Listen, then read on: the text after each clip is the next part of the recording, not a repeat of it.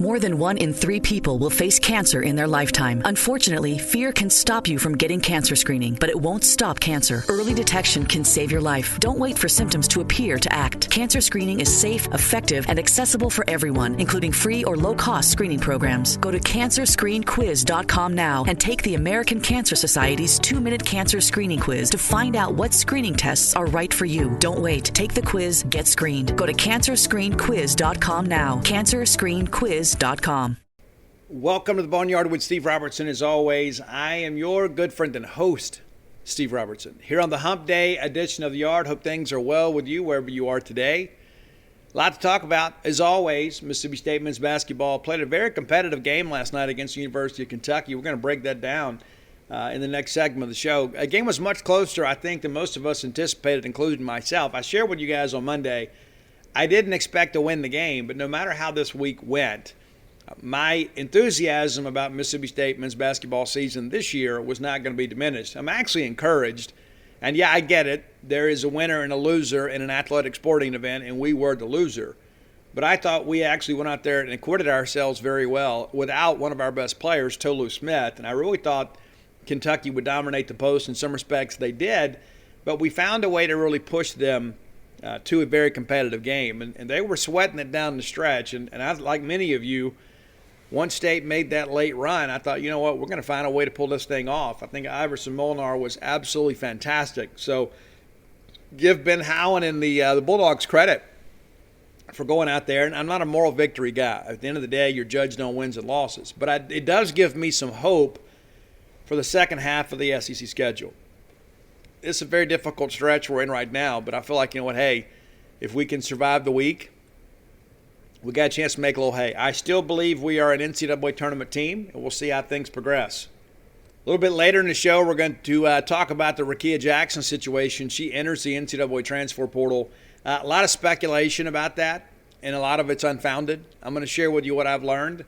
We're going to talk about that. Obviously, it's a huge blow to Mississippi State's on-the-court performance.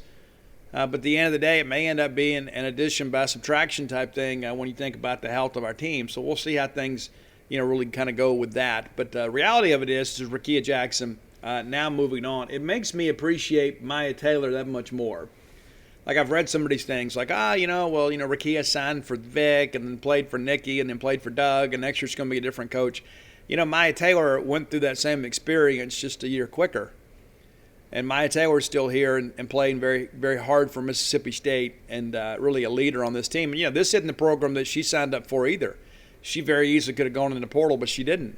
She stuck it out. And, I commend her at the end of the day for every bit of that. Has shown some real fortitude and leadership on this team. And, it hasn't been the best of circumstances. And it's incredible to think, hey, we're just, a few years removed from playing for back-to-back national championships, and kind of here we are. But it seems like ever since they canceled the NCAA tournament back in March of 2020, we have not caught a break on the women's basketball side. It almost feels like we're snake bit a little bit. I mean, you had all the transfer outs and then transfer ins. You had a coaching hire that didn't work out.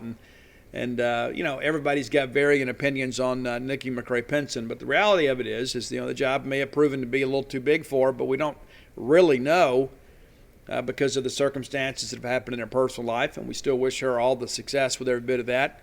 The reality of it is, when people leave our program, and my attitude has always been this, and I know at times that you may disagree, with my vantage point, that's okay. We don't have to agree on everything to love one another. But, when players or coaches and people leave like that, I'm always appreciative of their contributions to Mississippi State. I appreciate the fact they came here and gave what I believe to be their best effort, and sometimes things don't work out. Sometimes they do, but sometimes they don't. I don't take a lot of that stuff personally when people leave. I know there's this feeling of abandonment at times, like when Dan Mullen left. A lot of our people were really upset about that. Felt like Dan had abandoned us. I felt like Dan at this point had taken us as far as he could take us and was probably ready for the next step in his career. And many of you were already kind of sick and tired of Dan Mullen, right? I mean, here's the thing that I don't miss is every single December in January having to feel like that our program and our university is held hostage by a coaching search. I mean, every single year. we had to deal with that. I don't miss any of that stuff. I don't miss all those days on the phone. I mean, obviously there's always comings and goings in the world of college athletics, and we have to kind of run down rumors and tips and things like that. But the reality of it is that, I remember having to talk to somebody about Rutgers, that somebody believed that Dan Mullen was actually going to leave us to go to Rutgers because it would get him closer to family. And if you know anything about Dan, Dan's a very career-oriented person. He is a career-first guy. And I'm glad the guy's getting a chance to spend some time with his family. But Dan's a very ambitious guy. And anybody that thinks that he was going to take a step back and go to Rutgers, if he was going to leave Mississippi State, it was going to be for a blue blood program. And ultimately, that's what happened. But it wasn't anything personal against us. It felt that way to some of us. But it was time for us to make a change. I think at the end, the relationship had grown a little bit contentious. I think he was kind of ready to go and had tried to get out and couldn't get out. Finally got an opportunity to go somewhere. And I think we were kind of ready for some fresh blood. And here we are 4 years later, and not the program that we were at times under Dan Mullen. I still believe we're trending in the right direction. I know some other people will disagree out there. And again, you're judged on your wins and losses. And that's the thing I think about with Mike Leach this year. We had some really nice highs this year. We have had some really nice highs under Mike Leach. Now we're just trying to find some consistency, right? It's like, yeah, Steve, it was a great, great win for us to go on the road and beat Auburn. You know what? It absolutely was. We really kind of put them in a tailspin. It was also extremely embarrassing to go to the University of Memphis and come home with that loss. We knew this year we didn't have a lot of margin for error when it came to bowl eligibility. We ended up making it, of course, by a couple of games with a 7-5 regular season. But those are the games, like, it kind of throws a little bit of, salt in the wound, I guess you could say. It's like, hey, we're good enough to go on the road in 2020 and beat the defending national champions in their own venue with a brand new quarterback and a brand new offense, and really probably in a situation where we should have blown those guys out at LSU. But it was a huge win. Now all of a sudden everybody wanted to jump on the Bulldog bandwagon. It's like, hey, let's go. The next thing you know, we're battling through a 3-7 regular season. The reality of it is that we hired Mike Leach to come in here and implement his system, and you got to give him time to do it. My honest opinion about that, just got to take some time. When I leave here today, I'm headed to Bulldog Burger Company for lunch. You should be as well. I love Bulldog Burger Company, and I say I loved them before they loved me. Long before they were sponsors of the show, I was a patron of that fine establishment here on University Drive in Stark Vegas. I love eating local. That's important to me. Even when I travel somewhere, I really don't eat at the national chains unless I have no say in the matter. Sometimes people want to take you out to dinner or whatever. Hey, let's go here. Oh, okay. I would rather eat local. And I encourage you too, whether you travel or whether you're eating in your neck of the woods, let's eat local. And the Eat With Us group is definitely local. Done a great job serving the Golden Triangle and now Central Mississippi with a great family of restaurants. I think Bulldog Burger Company is the best place to get a great restaurant quality hamburger in Central and North Mississippi. I don't think there's any question about that. I encourage you to go by and enjoy the fine cuisines they offer there. Recently had the BLT salad again. You can't go wrong with that. Like, well, maybe I don't want to eat too heavy for lunch. We got big plans tonight. Have that great salad. It's very substantial. The portions are substantial. It's fresh. It's tasty. You're going to get your money's worth too. I've told you guys many times, the portions at Bulldog Burger Company are so generous. You always get your money's worth. When other people are out there kind of cutting back, charging you the same but giving you less food, that's just not happening with these folks. They're going to take care of you. Have the spring rolls for your appetizer. Dave hit us up last night on Twitter and said, the first time I had the spring rolls, I didn't notice any difference in my appearance, but I don't know that I'm going to make it home tonight. Now that I've had the spring rolls a second time, I look in the rearview mirror, I don't recognize myself.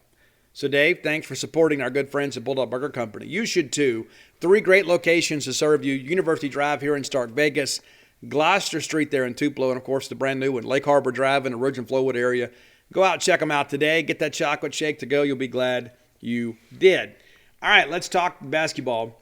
And, again, I take no glory in losing a game. Basketball, baseball, football, whatever. We never just want to go play it close. Now, that's the disclaimer. To be fair, I didn't expect that game to be close last night. I didn't. And just because, number one, Kentucky is undefeated at home. We have not won in Rupp Arena since 2009, and then we're without Tolu Smith. And you're going to need some big bodies to get in there and bang with Kentucky.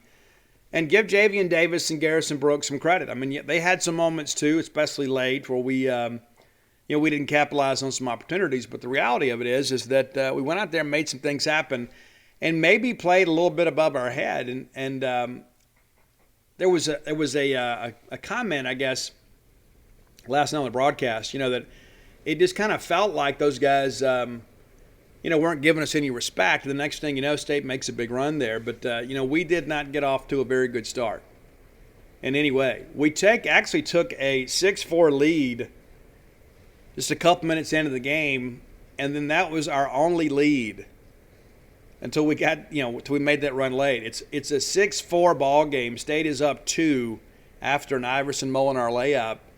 And then from there, Kentucky just kind of exerted their strength and will against us, and it really felt like, we were in really bad shape. We weren't going to be able to compete. Toshiba absolutely went off, and that guy is just great. I mean, you can say what you want to. It's like there's certain players you think, okay, we can defend him this way, we can defend him that way. Whatever you threw at him, he found a way to score. This guy's a first-rounder. There's no doubt about it. I mean, the guy was a leading rebounder in the SEC last year, and then he showed last night why.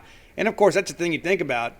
If Tolu Smith's in the game, maybe we get a couple of those rebounds. Maybe it's a different ball game. Maybe we make a free throw and win in regulation. But early in that ball game, maybe midway through the first half, it really felt like we were in trouble. In fact, Kentucky gets up 12 right there at the under 8 timeout. It's a 25-13 ball game. And Kentucky was pretty much doing whatever they wanted to do. They block a shot, they pull a rebound down, they get a wide open dunk. It just felt like, okay, we're not going to compete. We just don't have the horses to really go out here and make this thing happen.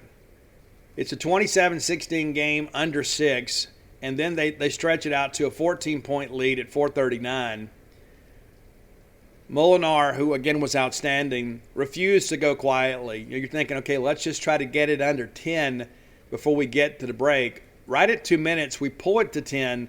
Then Kentucky stretches it back out to 15 on the three-pointer from Deontay Allen to make it 35-20 with 1:29 to go in the first half. When we get into the break, we're down 13. And you think it's okay, it's 37-24. Maybe we can stay within striking distance, but, hey, we're not going to win the game.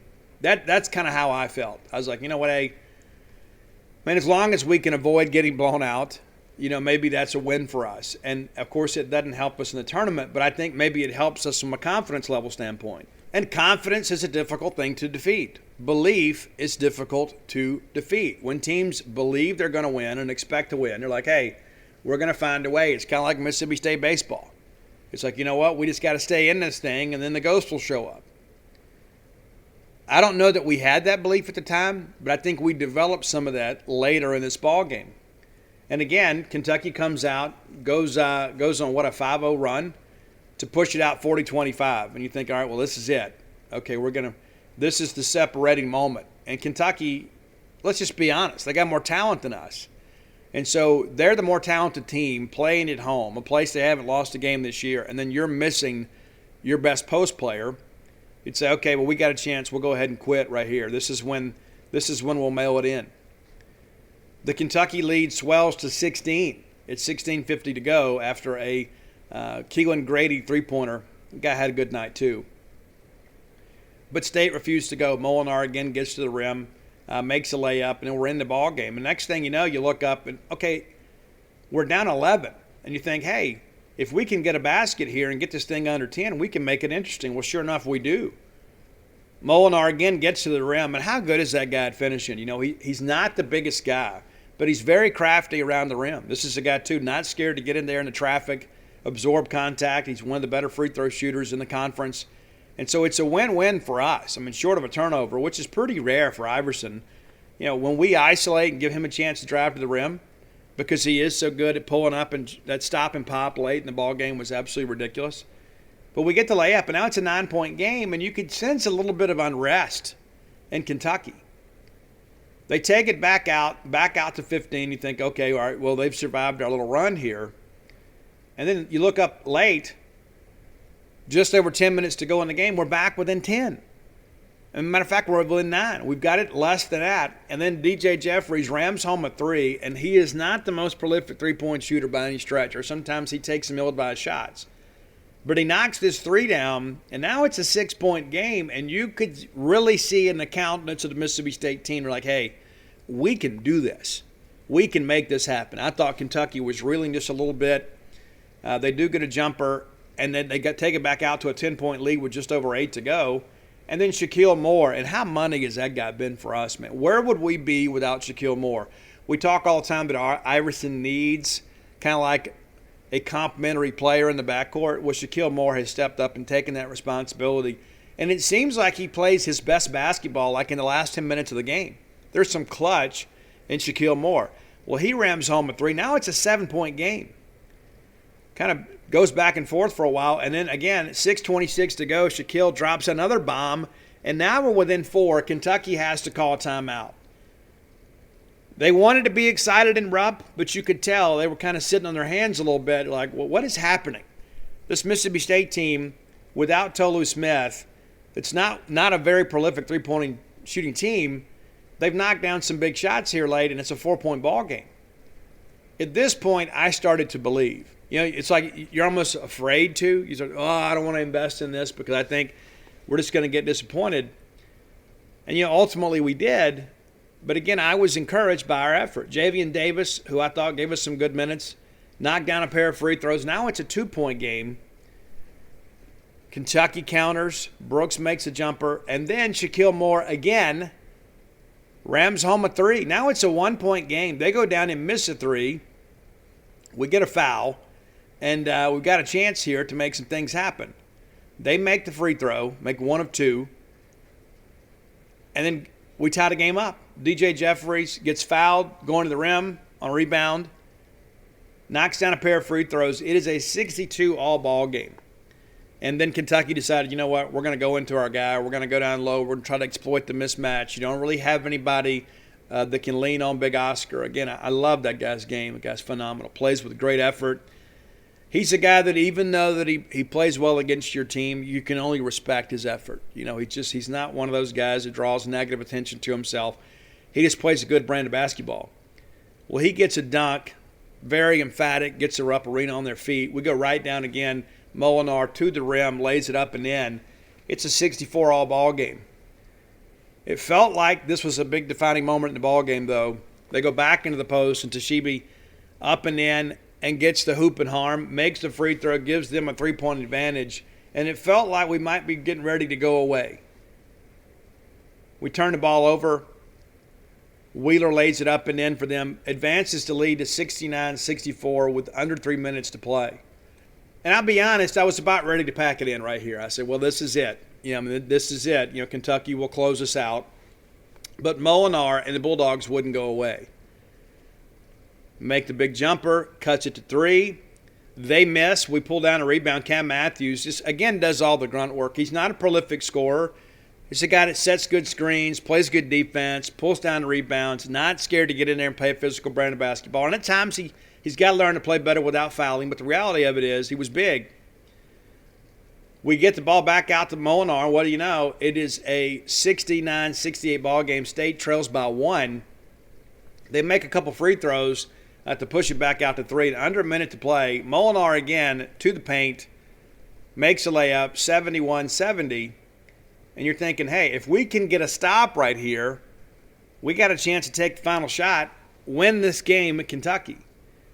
Well, they ended up making a free throw. They made 1 of 2. Oscar Toshiba misses the front end. Now it's a 2-point ball game. That was a huge miss because it gives Mississippi State a chance to basically run the set. Now, here's the thing that I will say, one criticism that I will offer.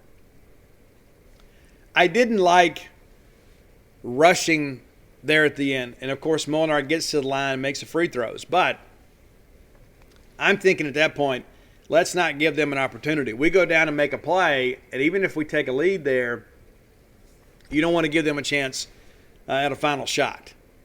Well, Boneyard gets to the line, makes them both, ties the game. So now Kentucky inbounds 22 seconds to go. They wait and start their offense in about 10 seconds. And we did a great job defending. And again, this is where I give Jaywen Davis and those guys some real credit. They get in there and they lean on Toshiba a little bit and kind of deny that entry pass to the post. They have to jack up a three-pointer that hits off the rim and no good. And Cam Matthews skies up and pulls it down. So there was no second chance points there for Kentucky. And you're thinking, you know what, maybe we've missed our best chance to win it, but you know what, we're still playing basketball. And this is where I think the moment may have gotten a little too big for us. I think they were absolutely determined not to let Iverson Molinar beat them. They're going to make somebody else. But we had our opportunities to take the lead in overtime. And remember, it's a 72-72 ball game at the end of regulation. We score one basket in overtime, just 2 points. They go down, miss a jumper. We get the opportunity. Shaquille Moore pulls the rebound. And then DJ Jeffries misses a layup in the paint. A difficult shot, probably forced the action a little too much. But we got to score there. You got to score. They pull down a rebound, and then Grady misses a three. And again, we get the rebound. We're ready to go. Iverson Molinar then misses a three-pointer. Off his hand, I thought it was in because it seemed like the guy could just do no wrong. But we pull down an offensive rebound. Jaywen Davis gets it. And rather than dish it back out and set up a set, we kind of force up a shot there, and we missed the layup. And again, it was a difficult shot with the guy in his face. But that's 2 missed layups on back-to-back possessions from Mississippi State. That, to me, I thought that was really the defining moment in overtime.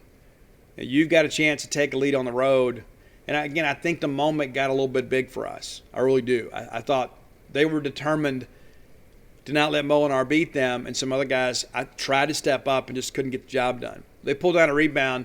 Grady gets a layup on the other end, makes it 74-72.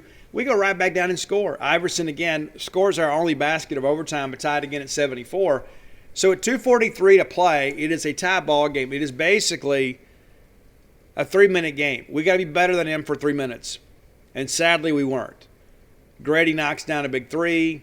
Cam Matthews throws up a three-pointer that we miss. We get a great rebound. Again, Jaywen Davis in there doing the Lord's work.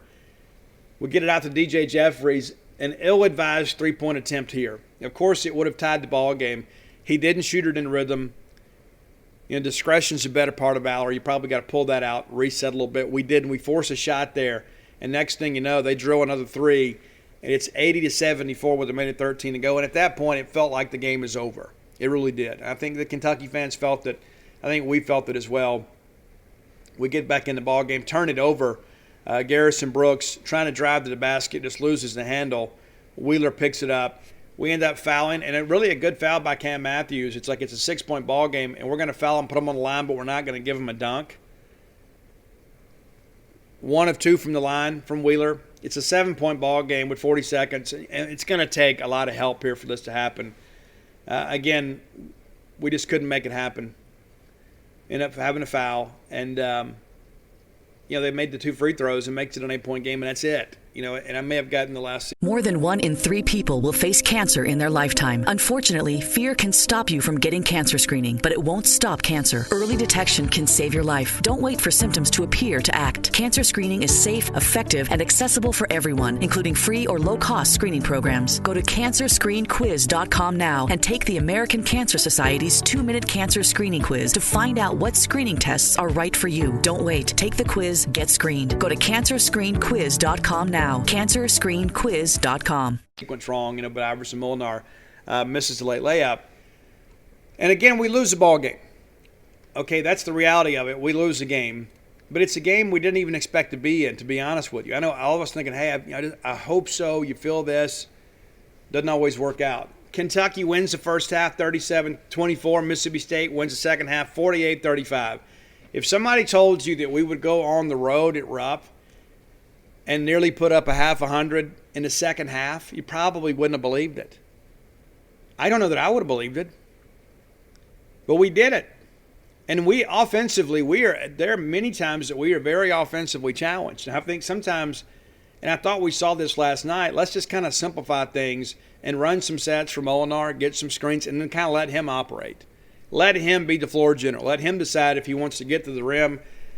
pull up or dish out. I think that he's the guy. And I venture to say, history may not be kind to Iverson Molinar because I don't know that he's played on great teams at Mississippi State, but he is a great player at Mississippi State. And I think he is the guy that can lead us to the tournament. I think he is very, very difficult to guard. And here's the thing, too. Kentucky recruits in the top 10 every year. They could not keep him in front of them. They absolutely could not defend him off the dribble. Kentucky. And so if we're going to continue to run some of these sets, we're going to continue to give Iverson Molinar, some autonomy here. There are going to be some average to mediocre teams in the SEC. They're going to really struggle. Iverson Molinar put up 30 on the road at Kentucky. One of the more talented teams that we're going to face the rest of the year, whether we make the tournament or not. Kentucky is a team that is in contention to be, top 2 or 3 seed in the NCAA tournament. Maybe that's a little bit ambitious. They can't afford to lose them anymore. This is a very talented Kentucky team. Are they a national championship team? Probably not. But they're a very, very, very solid NCAA tournament team. It's almost like going and playing Alabama football. It's like at some point you expect their ghosts to show up, and for Kentucky they did. In a tie ball game in the final moments, more times than not, the 5-star is going to find a way to win. There's a reason it's a 5-star. Iverson Molinar, kind of a lightly recruited guy out of Panama, has come in here and really kind of electrified this fan base. Everybody pulls for Iverson, and he plays the game the right way. You don't see him out there doing a bunch of look-at-me stuff. This is a very, very, very good basketball player. You don't need me to tell you that, but there are a lot of things about Iverson Molinar that I like, and I know you guys share that. And it's not just the fact that he scores. It's the way he goes about things. Good defender, too. Molinar, 36 minutes of action, 13 of 21 from the floor. He was 0 for 3 from the three-point line, though, and one of those obviously came in overtime. 4 of 4 from the line, pulls down 3 rebounds, had 3 turnovers, a couple blocks, 3 steals, 30 points. Garrison Brooks, pretty good game for him, even though he had some moments there where he didn't finish. And he's ordinarily a pretty good free throw shooter, just 2 of 8 from the line. If he makes one of those free throws in regulation, we win the ball game. So, and that's one thing I give Ben Howland some credit for. We talked a couple years ago about, hey, you had a guy come through when you had to have it. He goes, Steve, we always have to have it. And he's right about that. It's like, hey, you go 2 of 8 from the line. If you shoot 50%, we win the ball game because you always have to have it. The final score is the sum of your effort the entire ball game, right? And so I don't want to, pin this on Garrison Brooks by any stretch of imagination. There was enough room to go around, for us to make some plays there. But Garrison Brooks, that's the stat that jumps out to me is that, hey, we're a little bit better at the free throw line from him. It's a different ball game. 11 points, 5 rebounds, and it's a tough task. You're kind of dealing with Big Oscar down there, and the Garrison helped out at times. I thought Jaywen Davis, even though he didn't score a lot, I thought Jaywen gave us some pretty good minutes. Shaquille Moore, 9 points. And it's, again, when we absolutely had to have them. And you always have to have them. But as we're trying to cap that big run to climb back into the ball game, it's Shaquille Money Moore. Every time he lets it go, I think it's going in. When we get down late in the ball game, it's like when you know that everybody's going to be collapsing on Iverson, my confidence in Shaquille Moore is just as high. Maybe not throughout the flow of the ball game, but late, this guy's got some clutch in him. 38 minutes of action, and again, just the 9 points. 3 of 4 from the three-point line. We were only 6 of 19 as a team. That's the thing you think about, too. You make one more three-pointer in a regulation, you win the game. It's pretty crazy. DJ Jeffries had some moments. I thought he played pretty well defensively. But, again, we're not seeing the big scoring input from him. He will make a big basket every now and again and hit a couple of big free throws for us, pull down 4 rebounds. I do like the physicality that he brings. I do think that we are a physically tough team. We just kind of faced a difficult matchup, with Oscar Toshibi last night. He didn't draw that assignment, but, Kentucky, a very physical brand of basketball for sure. And Cam Matthews, 4 points. And, nice contribute from Rocket Watts, too. 9 points from him, 17 minutes of action. And good to have him back. So I would be remiss if I didn't talk a little bit about Oscar Toshibi and the game that he had. And, of course, I feel like that I'm being his agent. It's one thing to watch a guy play against other teams. But you earn a new level of respect when you see him play against your team, like especially when you know the quality of players that you have. And Toshiba, 37 minutes. Remember, he turned his ankle. And that's really when we kind of made that decisive run, is they had a couple of guys on the bench due to some injuries. They didn't stay long. They were hurt, not injured. This guy's 7-11 from the floor, 7-11 from the line, 22 rebounds, 7 of those offensive. That's where the Tolu Smith factor to me. Let's say, what if Tolu's in there and we hold him to 19 rebounds instead of 22? That's a couple of extra possessions for us. In a tight ball game, it all matters. But 21 points, really, really impressed with him. He did have a few turnovers.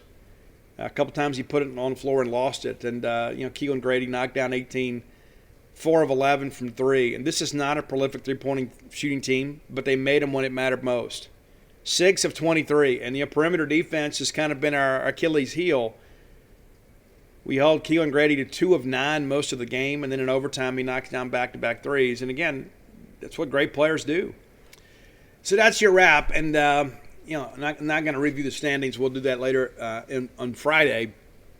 Mississippi State got a tall order coming up playing Texas Tech. We knew this was going to be a difficult week. But after playing as well as we did, and to be fair to Ben Howland, we've been a difficult road team at times during his stretch. I mean, I don't know what it is, but he gets his guys ready to go play on the floor on the road. Sure, there are exceptions to that, but, we don't fold just because we have to go put on a dark color jersey and go play in front of somebody else's crowd. What's interesting, too, we talked about we didn't have Tolu, but we still had 38 points in the paint. Some of those, too, are those dribble drives by Iverson Molinar. 10 points off turnovers, just a 3 second chance points. That's one of those stats that just jumps out of the box score. Just 3. And again, that goes along with Oscar's big night of rebounding. And again, kind of illustrates the point I'm making. If we just do a little bit better job of rebounding, and it's difficult when you've got a future pro like him in there kind of wrecking shop, that's where I think the Tolu Smith factor shows up. And again, it's not his fault, but this is just the reality of life. We get 11 fast break points, 10 from the bench. The game is tied 7 times. It only changed the lead twice. That's it. Looking at the Kentucky numbers, too. They had 36 points in the paint, so it's pretty much a back and forth deal there. But again, 13 second chance points. That's a 10-point differential right there. 10 points, big difference. That's where I think Tolu Smith's absence shows up. Is when they can rebound and reset the offense. And again, it's nobody's fault. It's the reality of it. But I am encouraged. I hate losing. I hate losing more than I love winning. But at the same time, too, while we lost, I thought we lost and learned something about our team. And I think that they won't quit.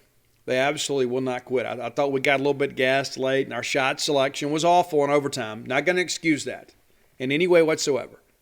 But we didn't quit. And I think we're seeing, too, that Iverson Molinar is a guy, no matter who tries to defend him, he can get out there and make plays. This is, we've had some guys in the past that they go up there and light up a non-conference and kind of beat up on, the lower half of the SEC. This guy just went in there and knocked down 30 in Rupp Arena and took Kentucky to overtime. And granted, it's a team effort, but that's what stars do. Your stars have to shine their brightest in the biggest games. And listen, immediately some of the commentary, and because we're also emotionally invested, people are like, oh, man, I can't believe we lost. Like that. It's like, oh, late in the ball game. And guys, too, again, late ball games, a lot of times it boils down to coaching. But at the end of time, too, you got to execute. When you're on the floor, you can't let your emotions get the better of you and force up a bad shot, just hoping the basketball guys smile on you. You got to keep playing basketball. But not upset, obviously disappointed with the result, pleased with the effort. But we've got to build from this. We can't go show up in Lubbock and get beat by 30. I think we got a chance to go get that win. And you can say, well, Steve, they played a classic game with Kansas the other night. Yeah, it's true. And so did we. I think we're capable of going out there and winning. Will we win? I'm not ready to call that. But I don't think that at this point that it'd be fair to count Mississippi State out. I think we're going to be a difficult out. All right, time for today's top 10 list, brought to you by closewithblair.com. That's C-L-O-S-E, closewithblair, B-L-A-I-R.com. If you were looking to refinance your mortgage, and maybe you are, maybe you need to get your equity working for you, consolidate some debt, get some cash out to do some home improvements, or perhaps you want to take a vacation, maybe you got to pay for a wedding, who knows? But the reality of it is you have some assets that are available to you that are perhaps untapped. Blair can help you with that. Or perhaps the dream of a home ownership has eluded you. Deal with a professional like Blair Chandler. In the top 1% close ratio, we're one of the top mortgage lending institutions in the country. Fairway Mortgage, recently voted number 1 in customer experiences.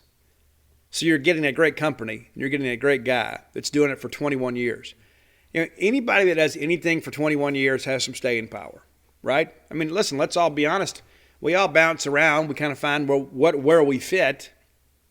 But anybody that puts in 2 decades in one industry knows what they're doing. Deal with a mortgage professional like Blair Chandler. And by being a Boneyard listener, no matter who you cheer for, you give him this information, he's going to pay for your appraisal. Say, you know, Blair, I know that you sponsored a Boneyard. I heard about you on the Boneyard. I listened to the Boneyard too. He's going to pay for that appraisal. That's about a $500 to $600 value. A lot of fees associated with getting the mortgage, but because Blair wants your business, he's willing to pay for it. So whether you talk to him by text or by phone, be sure to let him know that you heard about him on the Boneyard. And here's the deal. I'm going to give you his personal cell number. How about that? Personal cell number. Not his office phone, not the receptionist's phone, not some, voicemail or something like that. I'm going to let you hit him up on his hip, as they used to say. You can text him or call him at 601-500-2344. Again, that's 601-500-2344. Again, that's closewithblair.com. Okay, so some of you Boneyard regulars that really love a top 10 list are very good at sending lists. And some of these are very, very creative. Some of them are not. Some people, to be honest with you, some people mention some artists that I just don't think, number one, I could do the list justice. And I don't want to disrespect the fans of those bands or those artists. I mean, like, honestly, I had somebody ask me to do an Anne Murray list. Now, when I was a kid, Anne Murray was a big superstar. Anne Murray's not really in my wheelhouse. I respect Anne Murray as an artist. I don't think that I could put that list together. I don't know that I could make it through listening to like the essentials and then putting a list together. I just don't. And so I kind of elect not to do those. But the reality of it is we're pretty well versed on the Boneyard when it comes to music. All right, so we got a challenge. I said, hey, Steve, how about top 10 songs from bands with colors in their name? So here is our colorful classic rock list. I'm actually going to do a 2-parter. We're going to come back on Friday, and we're going to do modern rock. Listen, we're not going to do 80s, as much as I would love to. Maybe we do that another time, because you got Whitesnake and you got Great White, you got White Lion. We could almost put together a list of bands with just white in their names, and we could do black. Right? I mean, we could do blue. There's a lot red. We're not doing 80s. I can't bring myself to call the 80s classic rock. And maybe it's because I refuse to date myself. So this classic rock list is not going to have Whitesnake. But every list could probably have Whitesnake. I mean, they probably could. And if you don't follow David Coverdale on Twitter, let me encourage you to do so. Dave Coverdale, in addition to being a great singer, is hilarious. Absolutely hilarious. A little bit risque at times. But follow David Coverdale on Twitter. You'll be glad you did. His wit and his jokes are hilarious. And occasionally he'll share some music stuff too. But Dave Coverdale, to be honest with you, I don't know that David Coverdale gets enough respect. I mean, the guy was in Deep Purple. Next thing you know, he's... Whitesnake. I remember when we saw Still of the Night, when they dropped the Still of the Night video on MTV, it's like, wait a minute here. Who are these guys? And you're like, oh, you don't remember that song, Love Ain't No Stranger? Yeah, I remember hearing that on the Rock of New Orleans. Well, then next thing you know, we buy that self-titled album. Then we go back and buy, Slide It In. Next thing you know, there's trouble. And we go back and listen to the whole catalog, and it's like, how did I not know more about these guys? So, again, my David Coverdale tribute is over. But Dave, one of the best blues singers of all time. Of all time. And some would say, well, Steve, he's kind of a Robert Plant cover guy. I completely disagree. Completely disagree. Completely. I mean, Robert did a great job. Obviously, he's a vocalist, one of the greatest vocalists of all time. But David Coverdale had some good runs with Deep Purple. And we're actually got Deep Purple on the list today. But it's not a Coverdale song, ironically. All right, so there are some kind of one-hit wonders, and we kind of relaxed the rules a little bit because I wanted to get some there's some bands I wanted to get in here because kind of their signature song is a cover that I think is pretty cool. So we're going to start number 10 on your list, the band Vanilla Fudge. Yeah, that's right. You didn't think that was coming. Their claim to fame is a cover of a Supreme song, You Keep Me Hanging On. I like their version. It's not as good as the Diana Ross and the Supremes version. It's not. But it is very interesting. The arrangement is different. They tone it down a little bit. They rock it up, but they slow it down some, so it's kind of got that darker feel to it. And it's a different take on the song. I really dig it. I wish they would re-release it, maybe remaster it. But because we're familiar with the Supremes' massive hit, it kind of makes this one, to me, kind of unique. Number 9, the name of the band is Black Oak, Arkansas. Jim Dandy, of course, kind of the leader of Black Oak, Arkansas. When I was a kid, Cousin Ruby Starr, was among my first crushes. I would say Ruby Starr, and then the Lander sisters and Catherine Bach. Daisy Duke, right? I mean, right? We couldn't even watch Dukes of Hazzard without getting uncomfortable because she was so beautiful. But Ruby Starr, I got into an argument with my uncle as a kid. I was a little bitty, 5, 6 years old. And there was this picture of Ruby Starr in some music magazine that he had. And he was throwing the magazine out. He'd read it. I kept on my music magazines for years and years and years until, my mom threw them out. But there was a picture of Ruby Starr, and I took the picture. And I kept it in my room. And then eventually he came and reclaimed it and told me I was too young to have it. It's not like she was undressed or anything. I mean, she was kind of scantily clad. But my point being, she had on some blue jean shorts and a bikini top, if I remember correctly. But we got into a knockdown drag-out. I was living with my grandparents at the time. My uncle was a guitarist in a band called Phoenix out of South Mississippi. And I was ready to throw, man. I mean, even as a little kid, I was ready to throw punches because, you're going to take this from me. You were throwing it out. And so we have talked about that, and sadly he's in poor health these days. But we had a fight over Ruby Starr. God rest her soul. But the name of the song is actually Uncle Elijah. Black Oak, Arkansas is one of those great southern bands that have this incredible image. They're a lot like Lynyrd Skynyrd, just not quite as good. And that's no disrespect, because, honestly, it's kind of like comparing yourself, to one of the most legendary recording artists of all time. But Uncle Elijah is probably my favorite Black Oak, Arkansas song. So I wanted to share that with you, maybe expand your Southern rock horizons a little bit.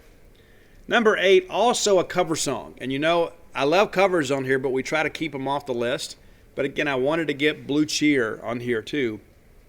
They covered Cochran's Summertime Blues. That was a big hit years ago.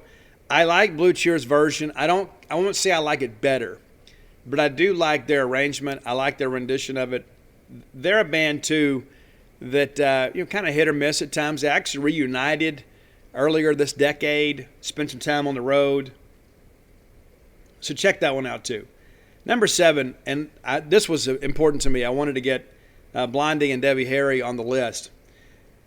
The thing about Debbie Harry that I don't know that people fully appreciate is the versatility that she has as an artist. Like in Rapture, there are people that believe Rapture was like the first actual rap. Like there's a rap portion in that, and she even mentions Fab Five Freddy from New York, right? And Fab Five Freddy, of course, hosted the first few seasons of Yo MTV Raps. And so I'm not trying to say Debbie Harry's a rapper, but just to kind of show her versatility, They had that. She had all this adult contemporary stuff. She was very radio friendly. But at her heart, Debbie Harry was a rocker. You go back and look at some of her earlier stuff. There was almost kind of some punk influence in everything she did. And so I wanted to go with a bit of a rocker. And so we went with Call Me from Blondie as your number 7 song. Call Me from Blondie. An incredible performer. Absolutely incredible.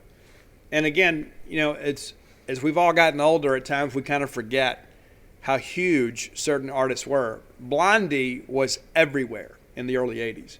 Here's the thing, too. I mean, she wasn't just, hey, well, there's this platinum blonde that's really pretty. Let's put her out here. No, she can go, man. She can really sing. I mean, it didn't make any difference, what you dressed her up as. She could just put on a baseball cap and pull it back in a ponytail and still get out there and belt out these big notes. Debbie Harry and Blondie, an incredible act. Number 6, many of you know this band because of Saturday Night Live. Because of the cowbell skit, right, with Will Ferrell. We played that we played it at Davis Wade Stadium. It's Blue Oyster Cult. I could have gone with Don't Fear the Reaper. I elected not to because I think all of you know that one. And actually, my favorite Blue Oyster Cult song is not Don't Fear the Reaper. It's Burning for You. I absolutely dig this one. I think a modern rock band today should cover this song. They have matured so much as a band when this thing dropped.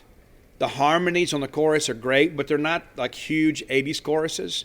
These guys could really play, they could really sing, and nobody really talks about it. Them or BTO, to be honest with you. It's like nobody really talks about those bands anymore.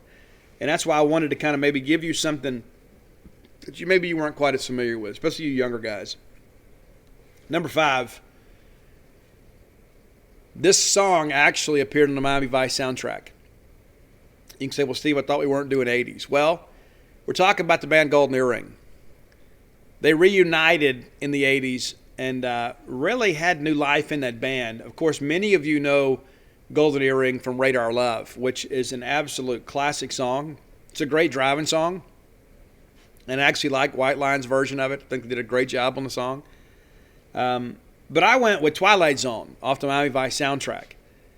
That's one of those songs that just kind of gets me going. There are some songs maybe you don't hear very often, and all of a sudden you hear, you're like, why don't I have this on my playlist? Why haven't I downloaded this? Why haven't I listened to this in forever? This is one of those songs. When you put it on, you're going to be like, oh, I remember this. It's almost like putting on an old pair of jeans. All right, number 4. So I told you guys I was a big Skynyrd fan, and if you're from Mississippi, I think it's kind of like a prerequisite. Sometimes when I'm riding around, like if I ride over to Auburn or Tuscaloosa, I'll listen to Mississippi Kid. And if you know the song, you know why. But I'm a big Ricky Medlock fan, too. And Ricky Medlock was a member of Lynyrd Skynyrd and is back in Skynyrd now. But there was a time that he was a member of both Lynyrd Skynyrd and Blackfoot. And matter of fact, Ricky sings lead on a couple songs on Skynyrd's First and Last back in '78. I think that's right. But anyway, the bottom line is that Ricky Medlock is a guy that, again, kind of a Southern rock legend, and a guy that's actually in the Native American Music Hall of Fame. I can't remember what tribe he's from, but Ricky is a guy, too, that I remember, and I don't know that he coined the phrase, but he talked about, life on the road in the 70s in a rock and roll band. He said that kind of his motto for living was live fast, die young, and leave a good-looking corpse. Well, he didn't. I'm sure he lived fast, but Ricky's still around, and of course back with Skynyrd, and he was part of one of the great Southern rock songs. We've had this on the show before. I love everything about this song. There are a few songs in life that I've talked about before that I think are perfect. This is one of them, and I don't know that I could put a list together of perfect songs. But when I think about perfect Southern rock songs, and I've even got some problems with some things on Freebird. And I know that's sacrilegious, and I'm going to get some hate mail for that. There are some times in Freebird that it kind of drags a little bit. Not Train, though. Train from Blackfoot is one of those songs from start to finish. Just makes you feel like you're on a ride. And like you're always sad that it's over. So I'm going to listen to it again. There are some songs that aren't long enough. Train from Blackfoot is one of them. Number 3. Even though I wasn't a huge fan of this band, many of you are, and we've had several requests for a top 10 list from Pink Floyd. Hadn't done it, but they're your number 3 colorful band, classic rock colorful band. And I went with the tried and true classic, Another Brick in the Wall Part 2. If you never watched The Wall, let me encourage you to do that. Many of you think, oh, there's so much weird stuff out here. You have not seen weird until you have seen The Wall. Watch The Wall.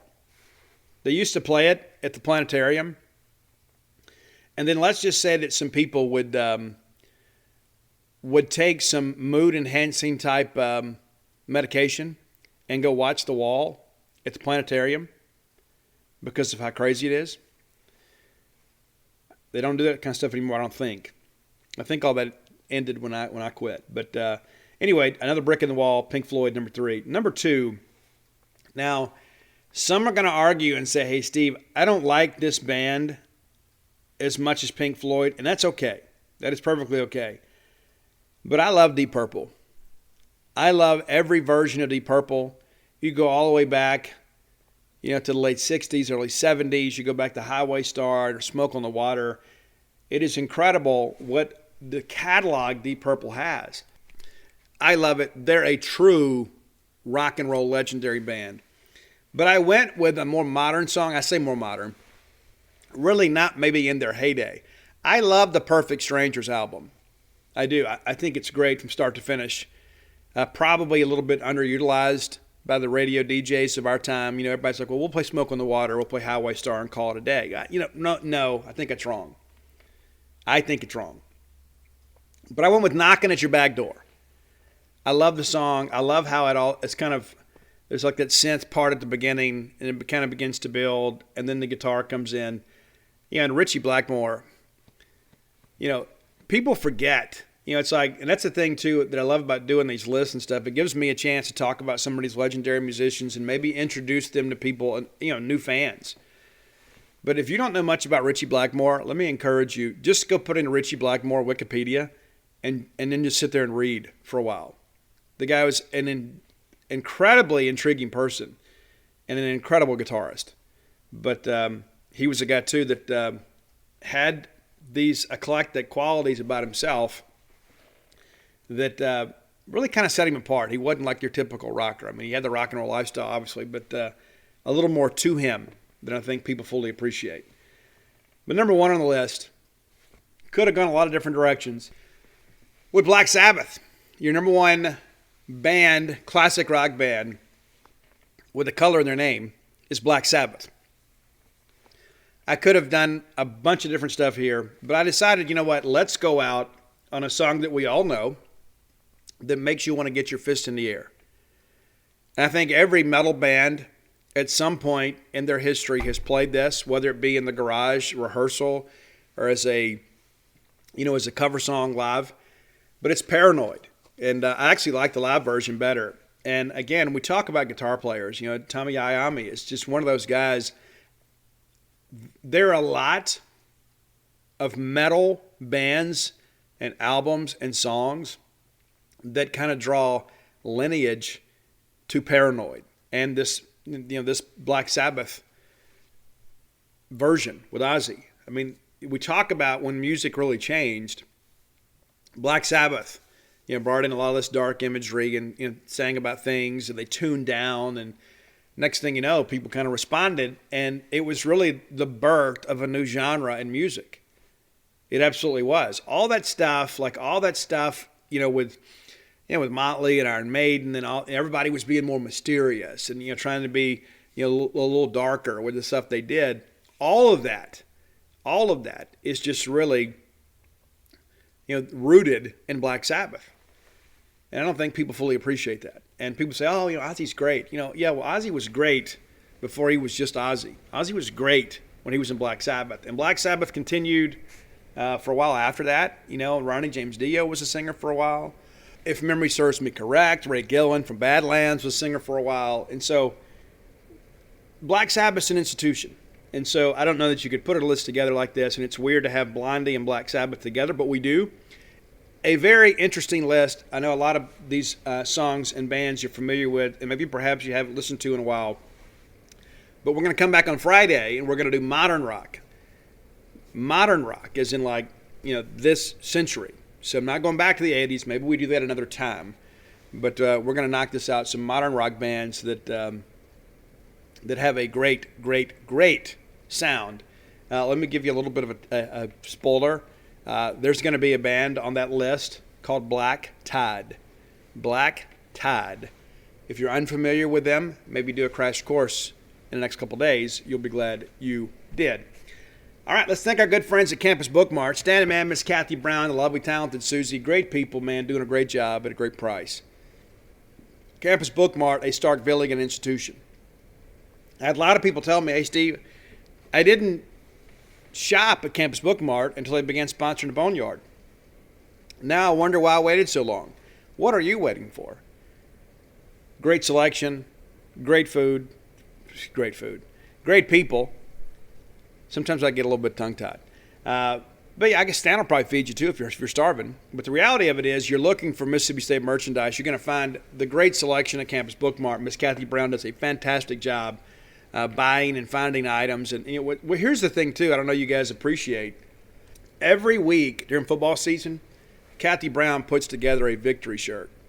What I mean by that is she'll contact licensing at Mississippi State, and she'll already have a logo designed and approved and ready to go. So just in case we beat Alabama or in case we beat A&M or whoever, as soon as the game is over, they will send that order out, and then those shirts will be printed and they'll be on sale like the next day or two. And so that's how forward-thinking they are at Campus Bookmart. It's not just a place where you just go, hey, let me go get an M over S shirt. There's a lot of thought and care that goes into the business that they run there. And I think we should respect that effort by patronizing that business. If you can't make it to town, let me encourage you to visit them on the World Wide Web at campusbookmart.net. And by being a loyal Boneyard listener, we'll give you a phrase that pays, and that is BSR, which stands for Beautiful Steve Robertson. And that'll get you free shipping on all orders over $50. Any order less than $50, absolutely incomplete. All right, let's take some time and talk about this Rakia Jackson situation. Now, I've heard some things, and sometimes they're impossible to verify. And to be honest with you, some things are not made for public consumption. There are some things that just shouldn't be made public. And I'm not going to talk about those. I'm going to respect the people that are involved in all this. And, at some point, here's the deal. At the end of the day, the thing that I want to kind of get to this, at some point we have all been in situations when we couldn't work with other people. You say, well, I can work with anybody. But deep down, maybe you don't want to. And so basically what has happened is there has been kind of an abrasive relationship between Mississippi State basketball and Rakia Jackson for some time. And this dates back to Vic. This isn't just a new occurrence. But at the end of the day, there's all this discussion. People are like, oh, my gosh, something must be going wrong that she's kind of fleeing from. At the end of the day is we just couldn't work together anymore. That's the bottom line. We just simply could not work together anymore, and it was not totally her decision to go in the portal. I'm told that she was actually encouraged to consider transfer options. Now, you wish you could have made it work. She's obviously a very talented player, leading the SEC in scoring, and now she's gone. And so then you think, hey, why don't we just cancel the rest of the season? Well, we're not going to do that. We're not going to, nor should we do that. It's kind of like people like, oh, we should have just canceled the ball game. Listen, we never cancel a game because we think we're going to lose. What about the other ladies out there? They're like, hey, I want to go out here and play and contribute and do the best I can. I want to play for my teammates. What about Maya Taylor? So we're going to cancel because we're afraid we're going to lose to Ole Miss again? Nah. They beat us, they beat us. They're a better team than us anyway. But what if we win? What if we somehow get hot down the stretch? I don't know where the offense is going to come from. I don't know. I really don't. I don't think the prognosis for this season is very good. We kind of knew that coming in. It's kind of crazy. But, it is what it is. And then people say, well, I hate that phrase. Well, I use it all the time. I can't make the situation any better or any worse than what it is. Mississippi State's leading scorer on the women's side has left the team. Entered the NCAA transfer portal. And here's one of the things I want to caution you guys about too. And I don't say this specifically about, any one individual. And so don't misconstrue what I say. But sometimes we get caught up in this, cult of personality at times. And, we think, hey, well, everybody here is faultless. It's like if something goes wrong, we have kind of a blame Mississippi State first mentality. Oh, well, something's got to be wrong. Doug Novak's got to be in the wrong. Mississippi State women's basketball's got to be in the wrong. That's not always the case. That's not to say they should be immune from criticism. I mean, hey, when we lose, hey, you got a right to be upset. When things don't go well, because we're invested in this. We are shareholders in the Mississippi State athletics experience. You buy tickets, you wear the merchandise, you buy the books, hopefully. I mean, it's like there's always something, and we feel like, hey, this is my program. I'm invested in this, not just emotionally, but financially. We go out and we support the team. When possible, we're in the stands cheering for all of our team, whether it be women's basketball, men's basketball, whatever. And, here's the deal. And I share this with as much, care and concern as I can. And you can draw from this whatever you'd like to. That's completely up to you. Being a leader is difficult, and most people can't do it. Most people, they think they can, but they can't. It's easy to lead in times of prosperity. Anybody can lead then. Like you've got a generational player. Just ask Gene Chizik, right? Gene Chizik at Auburn. You had Cam Newton, a generational talent, led you to an AFL championship, and everybody's like, hey, look at this. And Cam leaves, and it's like, holy smokes, look at this. What happened? But at least you had an AFL championship, right? Those things happen. It's difficult to lead through times of adversity, but true leaders do their best. And here's the thing about being a coach, and I have been a coach much of my life, and not just at the Upward Bound basketball, all due respect to you Upward coaches. I coached in high school, played in high school. But here's the deal, and I've also been in management most of my life too. But here's the thing about being a coach. And when I was in retail management, that was one of the things that my superior said is, Steve's a great coach. Because I never wanted to give up on players. I never wanted to give up on employees. And there are a couple things that I've learned about employees too. When you bring them in and you counsel them, one or two things are going to happen, and only one or two things. The substandard employee, when you bring them in and you offer them a little bit of coaching, no matter how well-intended it is and no matter how you package it, they're going to start looking for another job. Rather than correct the behavior, rather than embrace what you're saying, they just said, hey, he's laying the groundwork to fire me, so I'm going to go ahead and go. And reality of it is more times than not, that wasn't the case. I would rather kind of rehabilitate what I have than watch them walk out the door. And sometimes you got to make difficult decisions and say, you know what, this isn't going to work out. The other side of that equation, there are some people out there, it's like when they get coaching, they embrace the coaching. And they're somewhat challenged by the coaching. It's like, hey, I got to get better. I don't want to lose my job. And it's not just the fear of losing the job that motivates them. It's the desire to be better. It is the desire to be great. I give, and God rest his soul, I worked for a guy named Reven Desatel one time. And I was in the retail furniture business. And I had been on the finance side. I knew everything about the finance side. I didn't know anything about sales. Nothing. And if you're going to be in retail sales, you better know how to sell. I didn't know how to sell. I thought it was easy. I thought we just walked around and took orders. Like somebody said, okay, I'll take it. Okay, let's write it up. I didn't know. And so one day he goes, Steve, you're too bright, you're too smart, you're too personable, too articulate to not be an elite salesperson. So every day, this guy met me an hour early before the store opened to give me product knowledge. We went through and, hey, these are the features and these are the benefits and this is how you sell this and these are options. And it changed my life because I had always been the first kind of person. Like I really resisted coaching. And then I realized, hey, if I buy in here and I really listen, I could be successful. Next thing you know, I'm the leading salesperson in the division. But it's because I was willing to take coaching. People that won't take coaching will ultimately never be well-rounded. They'll never really get better. I mean, there are certain things we do through repetition that will get better through practice. But you never really shore up your weaknesses unless you're willing to take coaching.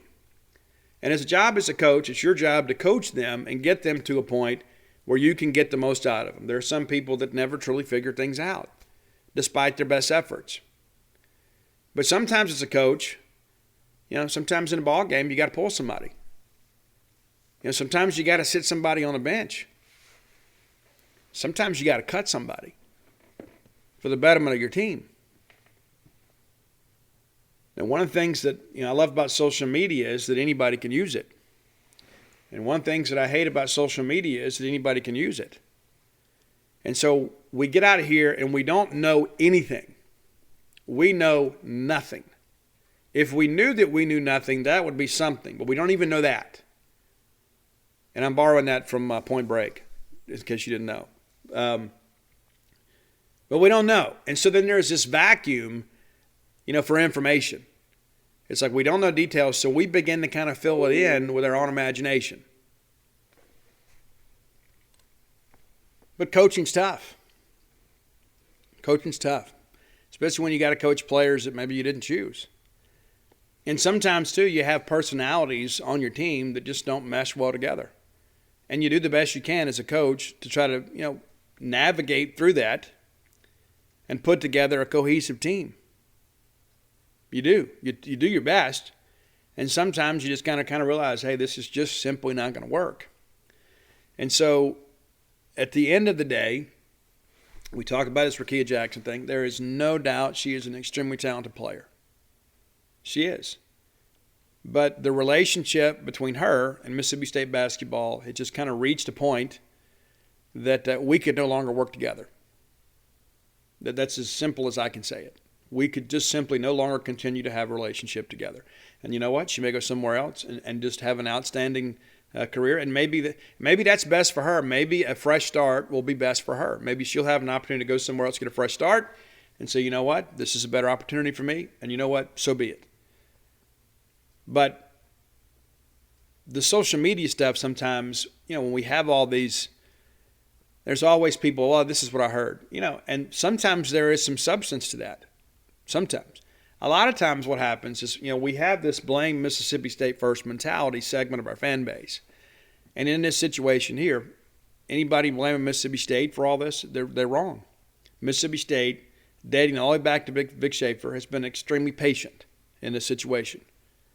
Extremely patient. And again, we just can't work together anymore. That's really what it boils down to. There's all this other stuff. It's like, oh, we got to do this, and why isn't Dr. Keenum acting on this? You don't know. You don't know all the details. And there are a lot of things that are not for public consumption. They're just not. And I hate to say it as bluntly as I'm going to, but the reality of it is there are a lot of things that really aren't our business.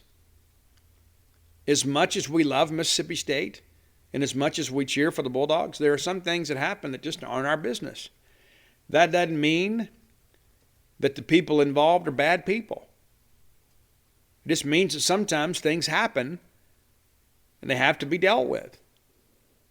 And that's what leaders do. You got to be willing to make a difficult decision for the betterment of your team. You got to make a decision for the betterment of your department, the university. It happens. And that's not to say that there's not, some level of blame, to go around. It's not to say that that everybody is blameless in this situation. It's just kind of how it all happens. This isn't for everybody. I mean, like if you took me, okay, I'm born and raised in South Mississippi, right? And I believe that I could work with anybody. I mean, and I've always used that. Well, I can work with anybody, as long as they're willing to work and have a good attitude. Listen, I have worked with some people that I absolutely cannot stand, and they felt like psychic vampires on my soul. And I could not wait until things changed. And I was a guy too, like many of you, I had small kids. So it's like in some ways you feel trapped. You're like, well, I'm here and I'm committed and I've already got years invested in this job and I got 4 kids at home that are dependent on me. So I can't go be a job hopper. I got to make this thing work. And you make it work as best you can. But some people are a lot like clouds, Life is so much brighter when they go. I didn't write that. I wish I would have. But the reality of life is, sometimes you put up with things as long as you can, and then you get to the realization that, you know what, it's just better if we separate. And listen, best of luck to you. We're going to go do the best we can. It's just like I used to tell some of my employees when I would terminate them, is, hey, we're still friends. We're just not coworkers anymore. If I still see you in the grocery store, I'll still speak to you. And so I think again, there are two sides to every story. And chances are, more times than not, you're not even going to get one. We've had some discussions recently on Gene's page, and it's like some people get a little information, and they've got about half of one side of the story. And then after you talk to some other people, you can get a little bit more. And here's the thing I've learned about that too. At the end of the day, unless you're directly involved, you never get the full truth. You just don't. And so you kind of got to go make your peace with all that. It's like, there are just some things I'm not meant to know. There are some things that aren't my business. They're not. But we're still going to play baseball, women's basketball, men's basketball, football, golf, tennis, no matter who comes or goes. No player is bigger than the program. No coach is bigger than the program. And certainly no player, coach, or administrator is bigger than Mississippi State. Mississippi State is a brand that endures. Is this a difficult situation right now? It absolutely is. There is no doubt about it. But all of this, let's go conduct an autopsy and you make the results of the pathology report public, that's not going to happen, nor should it happen. There are just sometimes it's best if, hey, let's just all part ways. You go your way and I go mine, and, we'll just kind of part as that. I mean, there's no point in airing, what people perceive to be the dirty laundry. Coaching athletics is not always a tidy undertaking. You got to deal with a lot of people, a lot of personalities, and you make a lot of mistakes as a coach. You do. And I don't just mean in-game mistakes or in-practice mistakes. Just sometimes the management of your roster, you're going to make some mistakes. It is so difficult to predict future human behavior. It's incredibly difficult to do that, especially on the college level. When you're dealing with young people whose lives are transitioning, you never know how they're going to react to certain stimuli. It's as simple as that. What's going to happen? Okay, think about, let's take Gabe Cavazos as a great example, right? You remember him? Still on our football team now. Gabe was at Lake Cormorant High School. Gabe had never left home. Very, very, very close with his family. When Mississippi State offered, family jumped in the car and came. He was ready to commit right away because there was a chance to play college football. But he didn't know much about Mississippi State. But he'd never been away from home. So they come down here. They love it. They commit. Everything is great. I went and watched him play that year. Got some great pictures. Got some video. Was really impressed with his game. I think he's probably a guard for us. And all of a sudden, he graduates early. He's up here, and everything is great. And the next thing you know, he's going home. He's going home. And Jay Perry and others got involved in a situation and hey, listen, this is part of growing up, Gabe. He was kind of content at one point to just say, you know what, I'm going to go fix air conditioners with my dad. He was good enough for my dad. I can make that living. He had a girlfriend back home. And it's like everything that I know about my life is changing. I can't see my girlfriend every day. I don't get to get my feet under mom's table anymore. And now I've got all these people I've got this schedule I got to meet. And it was difficult. And he went home. And he took the classes online for the rest of the semester. Didn't participate in workouts. Didn't participate in any football-related activities. And a lot of people thought he wasn't going to come back. He did. He came back. He was ready to go. He was ready to grow up a little bit. And he has. And we do expect him to be a good player at Mississippi State. But we never know what's going on with young people unless we know them. Listen, there's young people that lived in my house that share my last name. I didn't know sometimes until maybe a friend said, or a teacher, or a coach, or somebody from church reached out and said, hey, kind of worried about this one. And here's why. And you need some of that. But you don't know. It's like sometimes we don't even know what's going on in our own children's lives, but we want to pretend that we know what's going on in a student-athlete's life that we don't even know. We've never met. But we'll go get on Facebook, never in doubt, often in error, and start assigning blame about a situation that we don't know anything about. And so young people are leaving home for the first time. They're in a more structured environment than they've ever been in. There are more demands on their time they've ever seen. You remember how difficult it was when you went to college? It's like, I've never had to do I got all this work I got to do. I never had this much work to do. Before in high school, I could make A's and B's, not even bring a book home. Well, you can't do that in college. Most people can. Maybe some of you can, but most can't. You got to study a lot more. And then there's nobody to tell you, hey, you need to go study. It's time to go to bed. You don't need to go out tonight. And so you can go out all the time. And so all these things happen and people change. They grow up. And some people, it takes longer, like it did me. It took me a long time to grow up. But when these things happen, there are young people sometimes that don't react to change well. It's one of the truisms of life, right? The only thing constant in life is change. Either you're reacting to the change, you're causing a change, but it's all going to change. Nothing today is going to remain constant. It's just like in recovery, they always tell us this too shall pass. And I've learned that's good, bad, or indifferent. Even the good things in life pass too. It's not just the negative things. At some point, everything passes away. So we have these high expectations for Rakia. In the end, it didn't work out. She was suspended a couple times. The bottom line is that, it just didn't work out for us. Listen, I harbor no ill will in my heart towards Rakia Jackson. Bottom line is that, we just simply could not continue a working relationship together. And I think it's important that you guys understand that, again, you don't know everything. I don't know everything. But I know enough that I know that this, while detrimental to this season and detrimental to our offensive output, it might have been necessary. Let's thank our good friends at Portico as I get more hoarse as the show goes. Brooks Bryan is my friend. He is your friend. He is a guy that's going to do a great job for you. Here's the deal with all of that. There are a lot of people that need to move to Starkville. Everybody wants to. And I want you to be my neighbor, whether it be part-time or full-time. May it be your primary residence or maybe a ball game weekend retreat. There are great properties out at Portico. And if I was moving to Starkville now, I'd move to Portico. And trust me, there are a lot of times I think, maybe I should just move. Get a little closer to town. When I bought this big house out in the country, I had a house full of kids. I don't anymore. So maybe I should downsize. But I don't know where I'd put all my stuff, But yeah, I'm thinking about moving to Portico. You can get a 2-bedroom, 2-bath home up to a 4-bedroom, 4-bath home. And here's the cool thing. Phase 1 is completely sold out. So you've already got some neighbors that are already settled.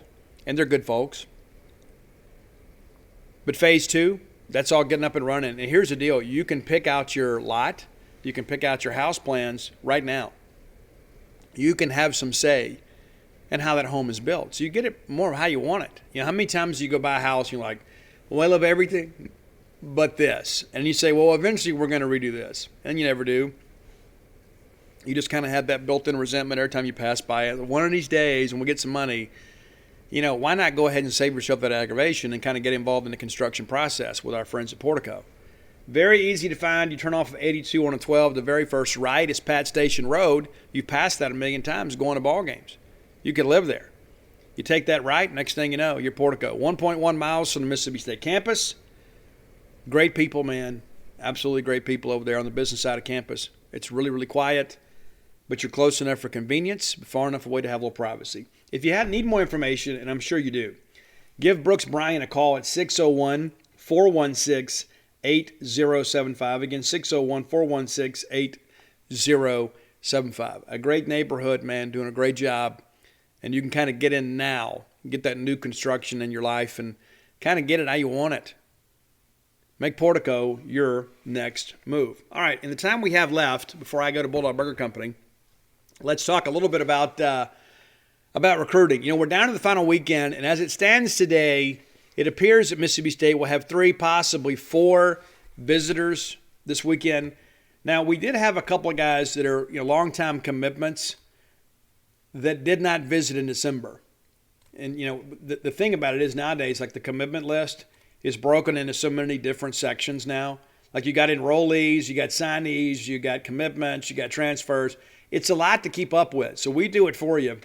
So as it stands today, here's how it's going to break loose. R.J. Moss from Biloxi didn't sign in December. will visit Mississippi State this weekend and then is expected to sign next week. Now, I don't know a lot of the details about the hesitation about him signing in December, but I know that he had some work to do. But I am told that he had a great semester in the classroom and is off to a great start this time, and that he is expected to qualify. So really any concerns about him probably have been addressed. But he'll be here, and he was a guy that committed. He and his mom came up and committed in person to the staff, and really, really, really solid young man. And listen, it was around, I think about this, man, I guess it was around this time last year when I heard from one of his coaches when he had transferred from Belle Chase, Louisiana to Biloxi, and they're like, hey, we got a guy that's here. He's an SEC guy all the way. And now he's going to sign with Mississippi State. I mean, it's number one, it's a pretty good eye for talent by a high school coach, and also a good job by a high school coach there to help the guy get some publicity. And now here he is, headed to the SEC. So he's expected to be in town this weekend. I do think eventually R.J. Moss will be an inside guy. I think he will be at 3-tech. When you look at him, he kind of has that frame. He's going to carry some weight. I think that he is a guy that could end up being a little bit like maybe more like Cam Young or Jaden Cromartie than Nathan Pickering. He's not quite that robust, but he is a guy that's a quick twitch guy that I think will probably end up being a 300-pounder.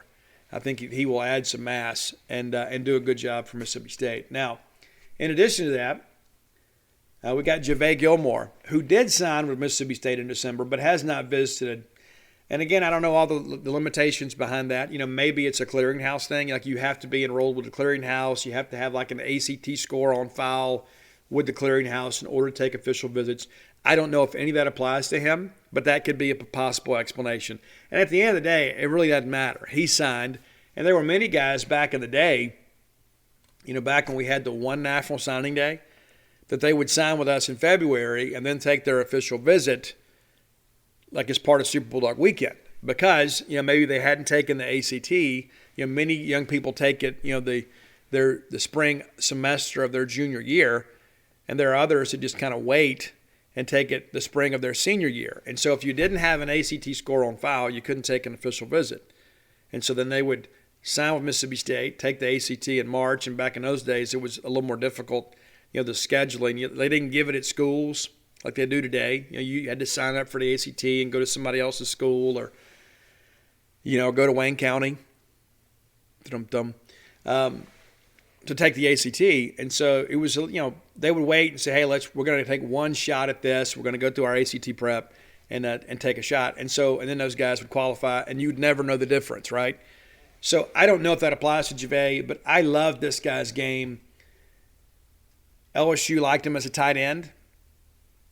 He wanted to play defense. Matt Bragg, Zach Arnett did a great job with him. He and his family expected to be here this weekend. So there's no drama with him. He's already in the boat. So he's just kind of coming to have a good time and really just kind of wrap up the recruiting process, kind of finishing things up there. Now, Jaywen Farmer is a offensive line prospect that was committed to Florida. I guess he remains committed to Florida.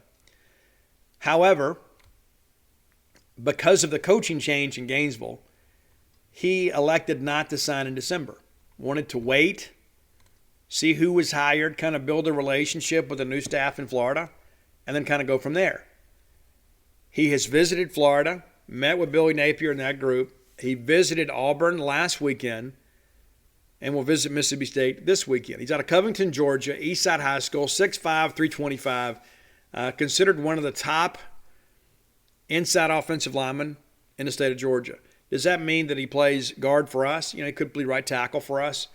But at this point, I would probably submit to you, he is probably the only high school offensive lineman in the country that may have a committable offer from Mississippi State right now.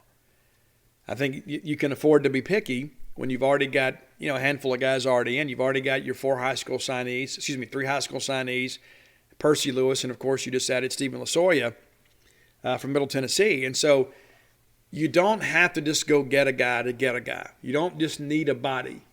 You need a guy that can be a potential starter. And so I think if Farmer wants to commit, you absolutely take him. And I think he is going to be a signing day announcement. He may stick with Florida. I know that Auburn has ratcheted things up, and of course Auburn is closer to home in Covington, Georgia. So we're kind of navigating through some murky water out here. But you get him on campus and you never know. You just simply never know how things are going to progress. He and his mom, I believe, are making the trip together. And then they'll get home and they'll decide. I go back to the fact that he committed to Florida for a reason in the first place. And he hasn't backed off that commitment, which tells me that, hey, I want to make sure that I retain them as an opportunity. And so that's something that we're monitoring too. And so I can't say at this point that I expect him to be a Bulldog. I think State's going to have to really knock his socks off this weekend. You do get the last visit, which is sometimes kind of a tenuous situation too. Everybody, I want the last visit because kids are so impressionable. Well, sometimes the last visit doesn't happen. There are a lot of times guys may go to another school and decide the week before they come to you, well, I'm just going to go ahead and commit to this program because I like them better. And you never get a chance to host them. So there's a risk-reward process involved in every bit of that. But Farmer is expected to be here this weekend.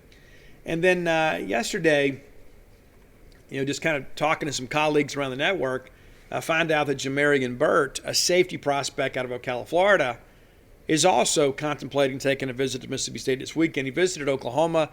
There are some people that think that he may go to Oklahoma. He was set to visit Miami this weekend. It appears that is off. Of course, things can change. It's just Wednesday, right? But, he's a guy that's got about 20 offers. Certainly double-digit, and we hadn't listed everything, but he's a guy that's taken some trips, been to Utah, been to Oklahoma, and again, we'll make a decision sometime around signing day. And so we hope to get him on campus this weekend and roll out the big maroon carpet for him and kind of see how things go. But we'll try to finalize some things for Friday's show. But again, Moss, Farmer, Gilmore, we certainly expect them, and then we'll see on Burt. We'll just have to see how things progress. We didn't host official visitors the last 2 weekends. And again, that is not apathy on behalf of your staff. It's basically a lack of room. We've only got 3 spots left, and then there's still some wiggle room with all that stuff too, because we're going to need some other players have to leave in order to get the full complement of the 31 players in. So we'll likely wait, probably save a scholarship or two for the spring portal entrance, because we're going to need some guys. We still have to find an older safety to be a two-deeper, whether they're a starter or a two-deeper. We've got to get an older safety. That is a position group. It's simply got to get better. And you got to throw some numbers at it from your scholarship allocation. You simply got to go out there and get some guys that can make you a better football team. So we'll see how things progress, with that. But so you're not going to see a lot of new signees come next week. We've already got a couple guys, too, that you guys know that are listed as commitments that have actually signed and are just waiting to announce their signing with their friends on National Signing Day. So there's no drama with those guys. We're just kind of waiting for the school to release the signee, and they already counted the rankings. So the only way that State at this point is going to move up in the prep prospect rankings is to add, Farmer or Bird or somebody like that. So that's not going to happen. The transfer rankings are now kind of a part of what we do now, so that's something that to kind of monitor as well. We've got a couple of guys that doesn't have a transfer rating, and that's one thing that kind of annoys me too. Is like I see, here, look how everybody's doing in the transfer portal, and then a lot of the guys that have been transferred and have found the destination haven't been rated yet. So even those ratings are still kind of a work in progress. So we'll see how things go, but it's about hitting needs, and I believe Mississippi State is well on their way to doing that. When we get back on Friday, again, we'll kind of finalize that visit list for you. And pretty soon, starting, once we get through National Signing Day of next week, which should not be a big deal for State because the hay is pretty much in the barn, which is the way we would like it. We'll start looking ahead to 2023. We'll start talking about some of those guys on the show. I mentioned on the show on Monday that we picked up a couple commitments, and we'll see how things go with that. But I think State has a chance to put together a really solid in-state class for 2023. That's going to do it for today. Let me remind you, too, so Dogpile is supposed to ship from the printer today or tomorrow. We said on or about the 26th. Today's the 26th, and so I'm anxiously awaiting to hear from my publisher that the truck is en route to Mississippi, and then hopefully we'll have it this weekend, and I'll go ahead and sign because it takes a couple days for it to ship here, and then we get it out to you guys. I'll go home and go down there to Jackson, and we'll sign a few thousand books, and they'll be in the mail. So at long last, we're getting there. They did tell us early this week they were about a day behind because there's always something, this kind of stuff. But the book covers are done, the book jackets are done. They're just waiting on the final run of the printer, and then I will keep you guys apprised. And so when we get together again on Friday on this show, we'll have a lot of information, and maybe at that point we'll have some books in hand, and you guys can begin to start celebrating. And I cannot wait. Again, I finished writing this thing August 26th. So we're talking 5 months now. 5 months since I finished to get this book printed. Of course, there are some steps you go through, but the reality of it is it will be worth the wait. If you're looking to order, you should go to dogpiletobook.com. And even though the pre-orders have already been in, and maybe you waited to do it, well, now's the time to do it because we're only a few days away from the book being delivered to the publisher and then in turn to you. And while you're there, you can get copies of Flim Flam, Stark Villains, Alpha Dogs. If you're looking for Blooms of Oleander, and you probably should be, you can find it at Amazon, BooksAMillion.com, BarnesandNoble.com, and your local bookstore can get it for you as well. If you're looking for Stark Villains gear, go to StarkVillains.com. You can outfit yourself and your family in a wide variety of Stark Villain t-shirts and hoodies. Listen, that's it for today. See you guys back on Friday. Until then, let's all live our lives in a way we make more friends than enemies, and people can see a difference in the way we live. At Kroger, fresh groceries are our thing, so we check your delivery order for freshness at every step from farm to store and pick and pack every veggie in your free pickup order with care, because we treat your food the way we'd want ours to be treated. We're fresh every day, so shop anyway. Kroger, fresh for everyone. Free pickup on orders of $35 or more. Restrictions may apply. Get more ways to save at the Buy 5 or More Save $1 each sale. Just buy 5 or more participating items and save $1 each with card. Kroger, fresh for everyone. More than 1 in 3 people will face cancer in their lifetime. Unfortunately, fear can stop you from getting your cancer screening, but it won't stop cancer. Early detection can save your life. Don't wait for symptoms to appear to act. Cancer screening is safe, effective, and accessible for everyone, including free or low-cost screening programs. Go to cancerscreeninfo.com right now for free screening resources and recommendations from the American Cancer Society. Don't wait. Early detection can save your life. Go to cancerscreeninfo.com today. cancerscreeninfo.com.